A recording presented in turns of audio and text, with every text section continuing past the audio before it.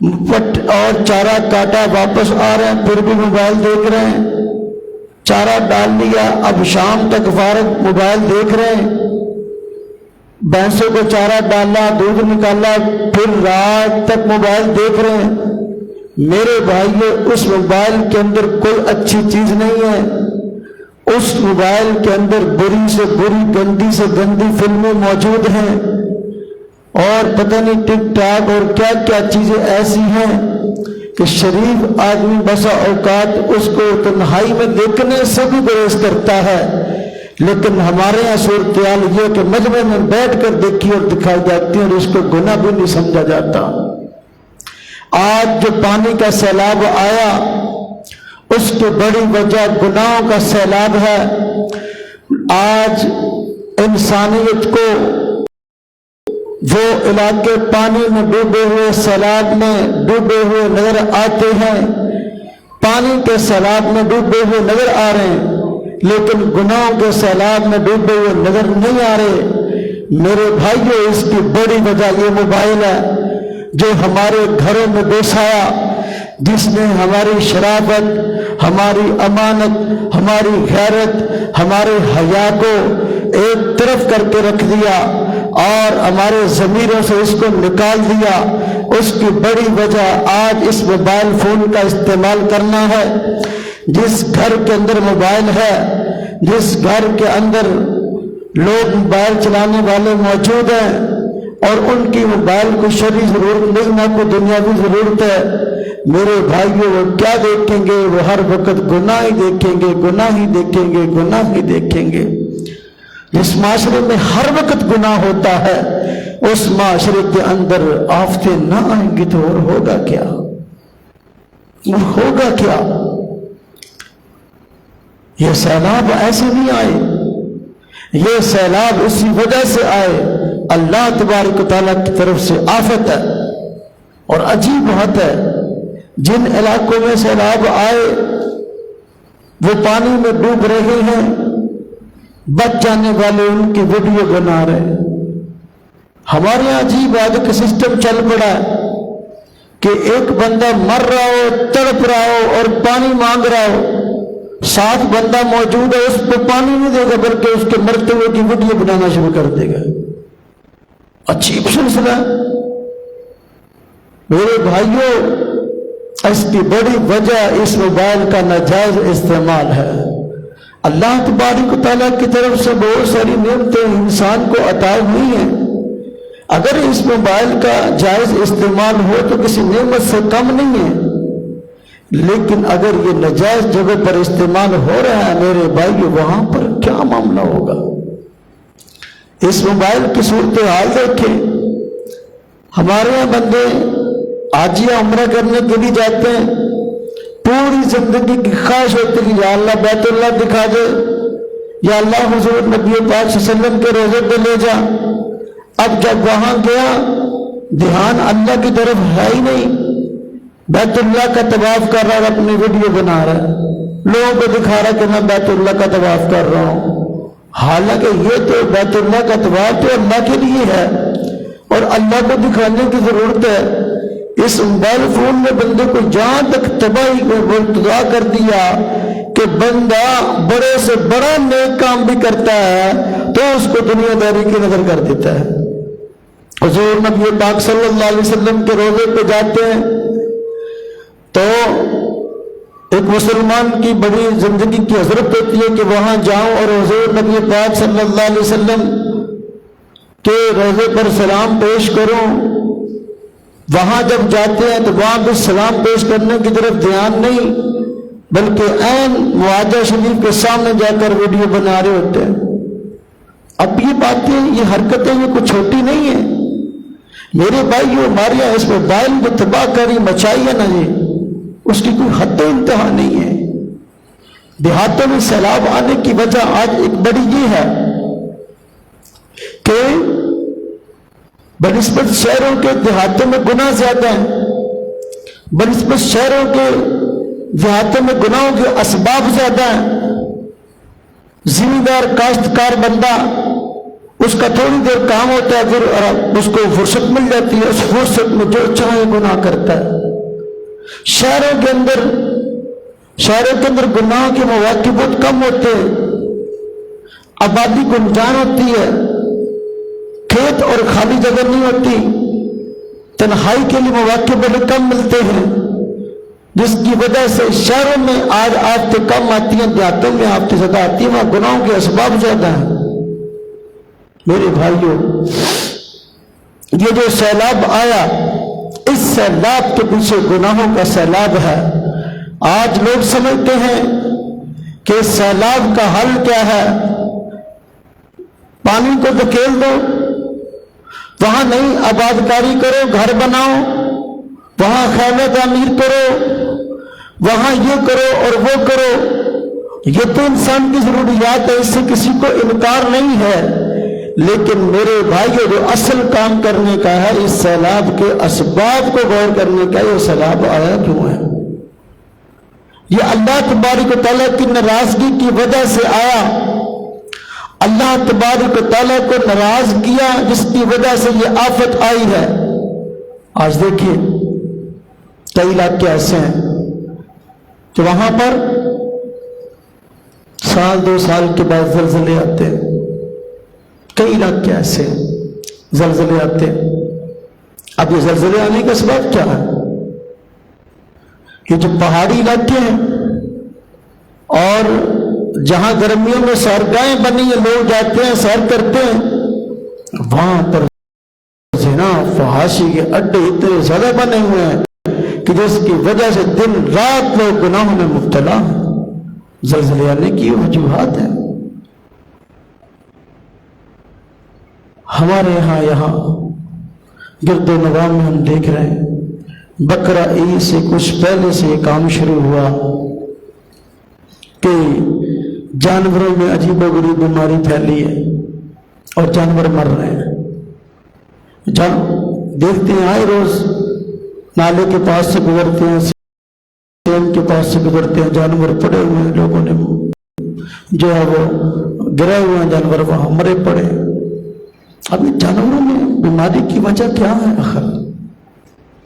ایک دوست مجھے بتا رہا تھا کہ ایک آدمی کے پاس 80 جانور تھے، وہ 80 جانور اس نے راوی کے اندر جو ہے وہ چھوڑ دیے، بیماری مبتلا تھے۔ آخر یہ آفتیں ہیں کس وجہ سے؟ آج اس کو ہم آفت نہیں سمجھتے، آج اس کو ہم مصیبت نہیں سمجھتے، یہ ہے کس وجہ سے؟ سب سے بڑی وجہ گناہ، اور گناہوں کا بڑا سبب اگر دیکھیں تو موبائل فون ہے۔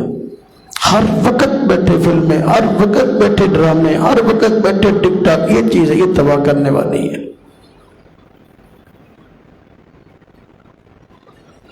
جانوروں کے مرنے کی بڑی وجہ یہ بھی ہے کہ لوگوں نے جانور رکھے ہوئے، سینکڑوں کی تعداد میں جانور موجود ہیں، لیکن ان کی زکوٰۃ نہیں دیتے۔ جب جانور کی زکوٰۃ نہ دی جائے گی تو میرے بھائیوں پھر آفتیں مصیبتیں نہ آئیں گی، جانور نہ مریں گے تو پھر کیا ہوگا؟ آج سے کوئی 4 سال 5 سال پہلے کی بات ہے، ایک بچہ میرے پاس پڑھتا تھا، اس کا والد آیا، انہوں نے کافی زیادہ جانور اپنے پاس رکھے ہوئے ہیں، تو مجھے کہنے لگے کہ ہمارا ایک بہت بڑا مسئلہ ہے، کہ اس کا حل ہو تو بتائیں، کوئی دم بتائیں، کوئی وظیفہ بتائیں۔ کہ ہر سال 2-3 جانور ہمارے مر جاتے ہیں، بچتے نہیں ہیں، پتہ نہیں کیا مسئلہ ہے۔ کئی سال ہو گئے ہم یہ دیکھتے ہیں کہ 2-3 جانور ہمارے سامنے مر جاتے ہیں۔ تو میں نے پوچھا ابھی آپ کے پاس جانور کتنے؟ تو کہنے لگا کہ میرے پاس ایک تعداد بتائی کہ اتنے جانور ہیں۔ میں نے کہا آپ پہ تو زکوٰۃ ہے، آپ جانوروں کی زکوٰۃ دیتے ہیں؟ تو میں نے کہا جانوروں پر بھی زکوٰۃ ہوتی ہے؟ میں نے کہا بالکل۔ کہتے وہ تو کبھی نہیں دی۔ میں نے کہا یہی وجہ ہے، یہی وجہ، آپ جانوروں کی زکوٰۃ شروع کر دیں، انشاءاللہ اللہ تبارک و تعالیٰ آسانی فرمائے گا۔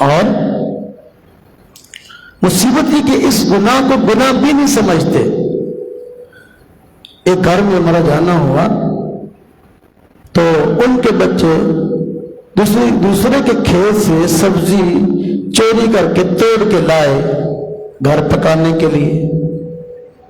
تو میں نے کہا کہ یہ سبزی بچے لے کے آئے ہیں، آپ کی تو سبزی ہے ہی نہیں، لگائی نہیں آپ نے، تو یہ کہاں سے لے کے آئے؟ کوئی جی وہ گاؤں سے فلان جگہ سے لائے ہیں. میں نے کہا یہ تو چوری ہے. مالک سے پوچھا، کہتے نہیں. کہتے کھانے پینے کی چیز کی کیا چوری ہوتی ہے؟ نہیں، کھانے پینے کی چیز کی چوری کوئی نہیں ہے. اب ایک بندہ جرم بھی کر رہا ہے، اس کو جرم بھی نہیں سمجھتا. اب دودھ میں پانی ڈال رہا ہے اور اس کو جرم بھی نہیں سمجھتا. کیمیکل جو ہے لوگوں کو پلا رہا ہے، اس کو جرم بھی نہیں سمجھتا. اس کے جانور نہ مرے گے تو اور کیا ہوگا میرے بھائیوں؟ آج آپ صورتحال دیکھ لیں. پہلے اس طرح ہم بات کرتے تھے نا، کسی جلسے میں، کسی واعظ میں، کسی جمعے میں، تو لوگ اس کو عجیب سمجھتے تھے. ایک جگہ میں بیان کرنے کے لیے گیا تو میں نے کہا بندے کو ہر وقت اپنے حسن خاتمہ کی اللہ پاک سے دعائیں کرتے رہنا چاہیے. اللہ پاک خاتمہ جو ہے وہ اچھا فرمائے، اور جو ہے وہ اللہ تعالیٰ کی طرف سے کوئی ایسی مصیبت نہ آن پڑے کہ جس کی وجہ سے ہمارا آخر بڑے دردناک ہو. اللہ پاک نے جو ایک مسلمان کا اعزاز رکھا ہے، کم از کم ہمیں وہ اعزاز نصیب ہو جائے. جب مر جائیں تو ہمیں سنبھالنے والے لوگ موجود ہوں، غسل دینے والے لوگ موجود ہوں، کفن دینے والے لوگ موجود ہوں، جنازہ پڑھنے والے لوگ موجود ہوں.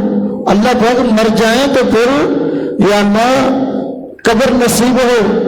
ایک بندہ مجھے بیان کے بعد کہنے لگا، مولانا صاحب یہ کیسی بات کر رہے ہیں، یہاں کس چیز کی کمی ہے؟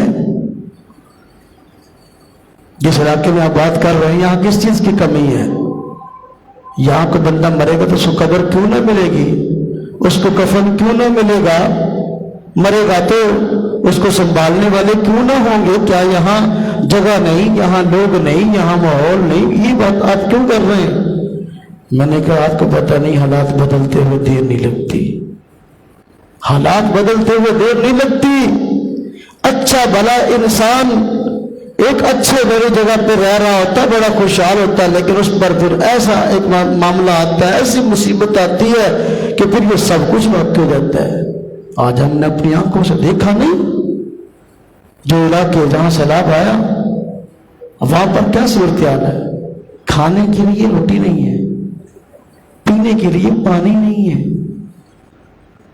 اور سونے کے لیے بستر نہیں ہے، اوپر چھت نہیں ہے. میرے بھائیوں یہاں تک کی صورتحال ہے، مر جائے دفنانے کے لیے جگہ نہیں ہے. جہاں ہر جگہ پہ پانی ہے، ہر جگہ پہ، تو وہاں پر دفنائیں گے کہاں پہ؟ قبر کہاں نکالیں گے؟ سینکڑوں لوگ مرے پڑے. ایک ساتھی نے مجھے ویڈیو بھیجی، پھر ڈھیر لگا ہوا ہے لوگوں کا، مرے ہوئے ہیں، بچے بوڑھے جوان کھینچ کھینچ کے پانی سے لا رہے ہیں، ڈھیر لگا ہوا ہے.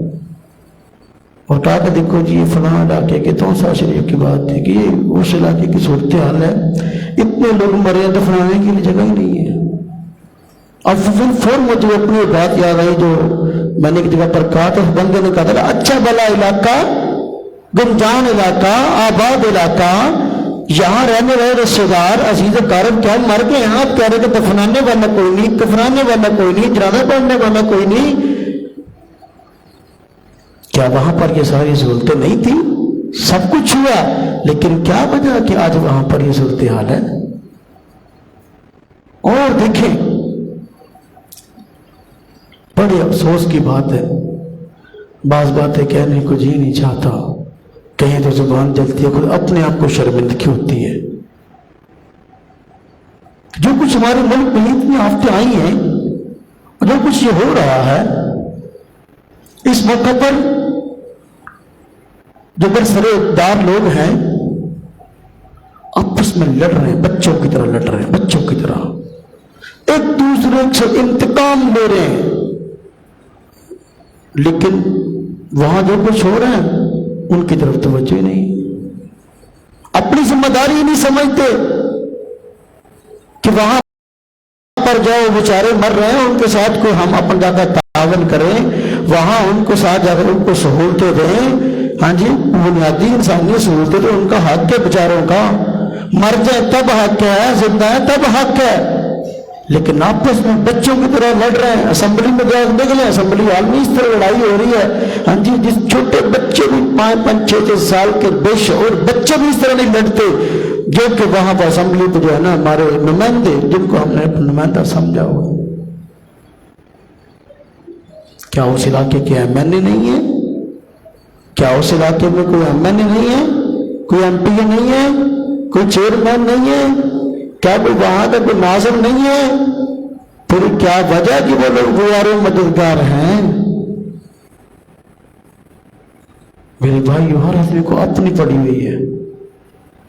اب یہاں جو ہمارا علاقہ ہے، اللہ کا شکر یہاں پر سیلاب والی بات نہیں ہے، لیکن یہاں کے لوگ ان کو دیکھ کر عبرت نہیں پکڑ رہے، اسی طرح اسی روٹین سے گناہ کر رہے ہیں، اسی روٹین سے فلمیں دیکھی جا رہی، اسٹیج ڈرامے دیکھے جا رہے ہیں، ٹک ٹاک دیکھے جا رہے ہیں، اسی طرح کی خوش گپیاں نیٹ پر اپلوڈ ہوتی ہیں، ہر نوجوان جو ہے اپنے اپنے اسی خوش گپی میں لگا ہوا ہے۔ میرے بھائیو، ہم یہ سمجھتے ہیں کہ یہ کام تو ان کے لیے تھا، یہ سیلاب ان پر آیا، ان کے لیے تھا، ہم تو بڑے نیک بندے ہیں، ہم تو بڑے دور سے دلے ہوئے ہیں، ہمارے اوپر یہ کچھ نہیں ہو سکتا۔ میرے بھائیو، اگر ہم ان کو دیکھ کر عبرت نہیں پایا کریں گے تو پھر ایک وقت آئے گا کہ پھر ہم بھی اسی سے شاید کے بدتر انجام کے اندر موجود ہوں، ہمارا بھی کوئی یار و مددگار نہیں ہوگا، بے یار و مددگار پڑے ہوں گے۔ عبرت پکڑے، گناہوں سے توبہ کریں، ان اسباب کو دیکھیں جن اسباب کی وجہ سے یہ معاملہ ہو رہا ہے۔ آج دیکھیں، جانوروں میں بیماری ہے، جس جانوروں میں بیماری ہے اس کا دودھ بھی خراب ہے، لیکن باوجود اس کے کہ یہاں کا بندہ جانتا ہے کہ جانور میرا بیمار ہے اور اس کا دودھ بھی خراب ہے، لیکن بیچ رہا ہے۔ اب یہ بیماری ایسا ایسا انسانوں میں آنے شروع ہو گئی ہے، اس کو نہیں کہ اس دودھ کو پینے کی وجہ سے بندہ مرتا ہے کہ مرے، اس کو غرض نہیں ہے، اس کو اپنے پیسے سے غرض ہے کہ جانور بیمار ہے، اس کے باوجود دودھ میں نے بیمار جانور کا لوگوں کو پلانا ہے۔ ہاں، یہ صورتحال ہوگی، کتنی دیر تک بچ سکیں گے؟ جانور بیمار ہوتا ہے، پتہ مرنے لگا یا مر گیا، اس کو کسائی کو بیچ دیتے ہیں، کسائی وہاں لا کے لٹکا لیتے ہیں، اب وہ گوشت جو ہے نا ہمیں کھلایا جا رہا ہے۔ یعنی ہم ان اسباب کو غور نہیں کرتے جو سیلاب کے آنے کے ہیں، مصیبتوں کے آنے کے ہیں، اس کے باوجود یہاں پر اسی روٹین کے ساتھ گناہ ہو رہے ہیں، اسی روٹین کے ساتھ سارے کے سارے معاملے ہو رہے ہیں۔ میرے بھائیو، پھر بتائیں کہ اللہ رب العزت کی رحمت کیسے آئے؟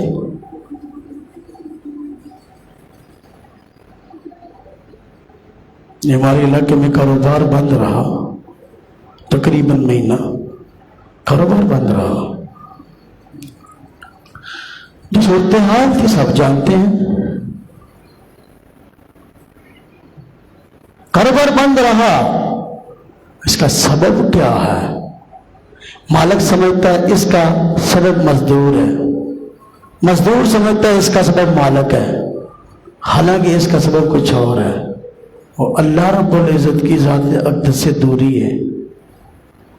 اللہ کے آگے جھکتے نہیں، چوک چراہے پہ دن رات اکٹھے ہو کر بیٹھے ہیں، مسجد میں نمازی 10 سے بھی کم رہ گئے ہیں، اس پہ غور نہیں کرتے۔ یہ کیا کام ہے کرنے کا جو ہم کر رہے ہیں؟ اللہ پاک فرماتے ہیں وَمَنْ أَعْرَضَ عَنْ ذِكْرِي فَإِنَّ لَهُ مَعِيشَةً ضَنْكًا، جو بندہ میری یاد سے اعراض کرتا ہے تو میں اس کی معیشت تنگ کر دیتا ہوں۔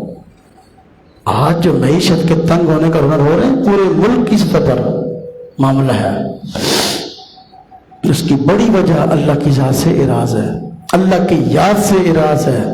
اللہ کے آگے جھکنے سے بندے جو ہے وہ اپنا گریز کرتے ہیں. ہمارے پنجابی میں کہا جاتا ہے جھکدے نوں پھل لگتا. جو جھکتا ہے پھل اسے لگتا ہے. جس نے اللہ کے آگے جھکنا نہیں ہے، مجھے بتاؤ اس کی آفتیں مصیبتیں کم کیسے ہوں. آج غریب بندہ ہے، گھر میں 3 افراد ہیں 4 افراد ہیں، ہاں جی 25,000 روپیہ بل آ گیا، 20,000 روپیہ بل آ گیا، 30,000 روپیہ بل آ گیا. اب وہ جو ہے وہ بل کبھی ادھر جا رہا ہے کبھی ادھر جا رہا ہے. ہاں جی یہ کیا ہے؟ یہ مہنگائی کا طوفان ہمارے گناہوں کی وجہ سے. ہم کسی چیز کو عذاب نہیں سمجھتے، ہم کسی چیز کو یہ نہیں سمجھتے کہ اللہ کی ناراضگی کا سبب ہے. حالانکہ یہ ہر چیز، ان میں سے سب چیزیں یہ اللہ کی ناراضگی کا سبب ہے. ان میں سے کوئی ایک چیز بھی ایسی نہیں ہے جو اللہ رب العزت کی ناراضگی کا سبب نہ ہو. میرے بھائی تو سیلاب کا آنا، زلزلوں کا آنا، جانوروں کا بیماریوں میں مرنا اور یہ معاشی تنگیوں کا آنا، اس کے پیچھے بڑا سبب اللہ رب العزت کی ناراضگی، گناہوں کی کثرت ہے. ضرورت اس بات کی ہے کہ ہم اللہ رب العزت کی ناراضگی کو ختم کریں، اللہ پاک کو منا لیں. اللہ پاک تو ماننے کے لیے تیار بیٹھا ہے، منانے والا کوئی ہو نا. ایک دوست ہوتا ہے ناراض ہو جاتا ہے، اس کو منانے کے لیے بڑے ہیلے کرنے پڑتے ہیں. ہاں جی بس اوقات خود منانے جاتے ہیں تو نہیں مانتا. کوئی بندہ درمیان میں ڈالتے ہیں، کوئی چودھری درمیان میں ڈالتے ہیں، کوئی سیاسی بندہ درمیان میں ڈالتے ہیں کہ یہ بھی مان جائے. اللہ پاک ذات باوجود اس کے بہت بڑی ذات، سب سے بڑی ذات ہے، لیکن اللہ کو منانے کے لیے کسی چودھری کو ڈالنے کی ضرورت نہیں، کسی بڑے کو ڈالنے کی ضرورت نہیں. ہر بندہ اپنے گناہوں پہ غور کر کے اس سے توبہ کرنے والا بن جائے، توبہ طائب ہونے والا بن جائے، اللہ پاک کی ذات مان جائے گی. ان تمام چیزوں کا حل گناہوں کو چھوڑنا، گناہوں سے توبہ کرنا ہے. اللہ پاک فرماتے ان اللہ یغفر الذنوب جميعا، اللہ تبارک و تعالیٰ تمام گناہوں کو معاف کر دیتے ہیں. لیکن بندہ معافی چاہے تو پھر ہے. ایک بندہ معافی چاہ ہی رہا، آفت کو اپنی آنکھوں سے دیکھ رہا ہے، مصیبت کو اپنی آنکھوں سے دیکھ رہا ہے، عذاب کو اپنی آنکھوں سے دیکھ رہا ہے، لیکن پھر بھی اس کو اپنے گناہوں پر نادم ہونے کا موقع ہی نہیں مل رہا، اس کو گناہ ہی نہیں سمجھ رہا. آپ مجھے بتائیں صورتحال کیا ہوگی؟ اللہ پاک فرماتے ہیں یا ایھا الذین آمنوا توبوا الی اللہ توبۃ نصوحا، ایمان والو اللہ رب العزت کے آگے پکی توبہ کر لو، پکی توبہ. اور حضور نبی پاک صلی اللہ علیہ وسلم کا فرمانا تائب من الذنب کمن لا ذنب لہ، جو بندہ گناہوں سے توبہ کرتا ہے وہ اس شخص کی طرح ہو جاتا ہے گویا کہ اس نے کوئی گناہ نہیں کیا. جب اللہ پاک سے گناہوں کی معافی مانگ لیں گے، اللہ تبارک و تعالیٰ آفتیں اٹھا لیں گے، اللہ پاک رحمتیں بھیجیں گے. توبہ کے لیے ایک چیز یہ شرط ہے کہ جس کام میں مبتلا ہے اس کو برا سمجھے. دوسری چیز اسے توبہ کرے کہ اللہ میں نے جو کیا میں نے غلط کیا، اور آئندہ نہ کرنے کا عزم کرے کہ اللہ آئندہ نہیں کروں گا. یہ توبہ ہے. تو سیلاب کے اسباب میں بڑا سبب گناہوں کی کثرت ہے. اللہ رب کی ذات کو منا لیں گے تو انشاءاللہ تعالی سارے کے سارے معاملے حل ہو جائیں گے، سارے کے سارے معاملے صاف ہو جائیں گے. اللہ تبارک و تعالی ہم سب کو گناہوں سے توبہ کی توفیق عطا فرمائے. وآخر دعوانا الحمدللہ.